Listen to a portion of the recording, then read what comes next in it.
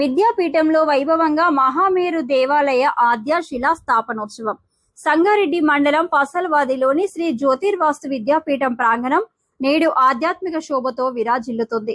అక్షయ తృతీయ పర్వదినాన్ని పురస్కరించుకుని బ్రహ్మశ్రీ డాక్టర్ శ్రీ మహేశ్వర శర్మ సిద్ధాంతి దివ్య పర్యవేక్షణలో అత్యంత అరుదైన మహామేరు దేవాలయ నిర్మాణానికి ఆద్య శిలా స్థాపనోత్సవం అత్యంత వైభవంగా ప్రారంభమైంది. మెదక్ పార్లమెంటు కాంగ్రెస్ ఇన్ఛార్జ్ నీలం మధు ముదిరాజ్ దంపతులతో కలిసి ప్రత్యేక పూజలను జరిపారు. ఈ సందర్భంగా మహేశ్వర సిద్ధాంతి మాట్లాడుతూ భూమి పూజ నుండి శిఖర ప్రతిష్ఠ వరకు అత్యంత ఖచ్చితమైన ధర్మశాస్త్ర ప్రమాణాలతో ఈ దేవాలయాన్ని నిర్మిస్తున్నట్లు తెలిపారు.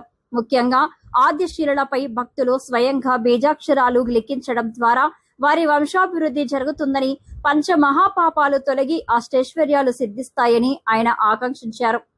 సాయంత్రం వేళల్లో అమ్మవారి గర్భాలయ ప్రవేశం, ఆద్య శిలాస్థాపన వంటి ప్రధాన ఘట్టాలు జరగనున్నాయి.